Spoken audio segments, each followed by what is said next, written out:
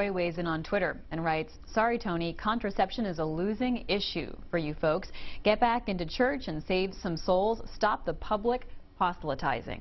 And I wanted to point out a story in the Huffington Post and get your response to both his comment and also this article. It says most Americans don't share Rick Santorum's his stance on abortion. He's out of step on women in combat. He questions the values of the 2/3 of mothers who work. He's even troubled by something as commonplace as birth control for married couples. And it matches his opinions against the statistics of polls. Let's just look at birth control. Catholics, despite the church's teaching, says the Huffington Post, 84% of U.S. Catholics believe a person who uses artificial birth control can still be a good Catholic. All Americans, almost everyone uses it, says Huffington Post. Well, I'm with that 86%. I think they should be free to do so, but I don't think, and this is the issue, it's that the church that has teachings that are morally opposed to that are forced to pay for it. That's the issue here. And again, it's not just birth control. It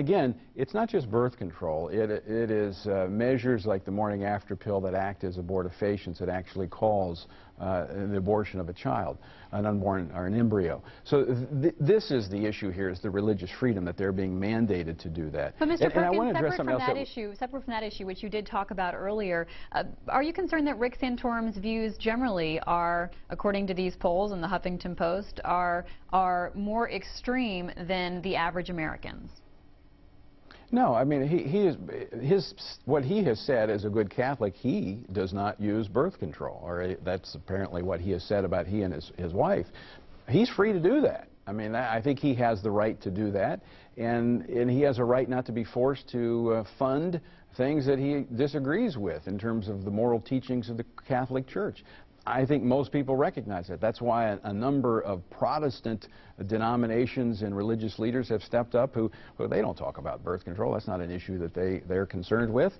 But they have stepped up because they see this as a religious freedom issue. That's really what this is about. It's not about contraception.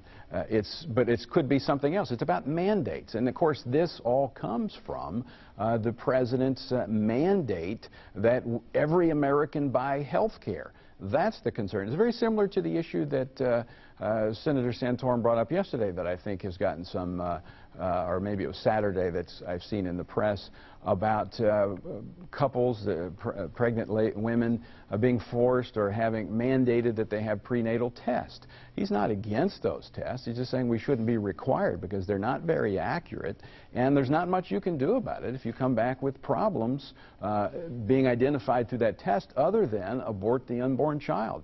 In fact, back when I was in office, that was something I worked on because many insurance companies refused to cover a child once it was identified to have problems through these prenatal tests, leaving the parents with few options other than aborting that child. So I think he's just saying it's an issue of freedom and liberty. We shouldn't be forcing people and mandating them to do these things. Tony.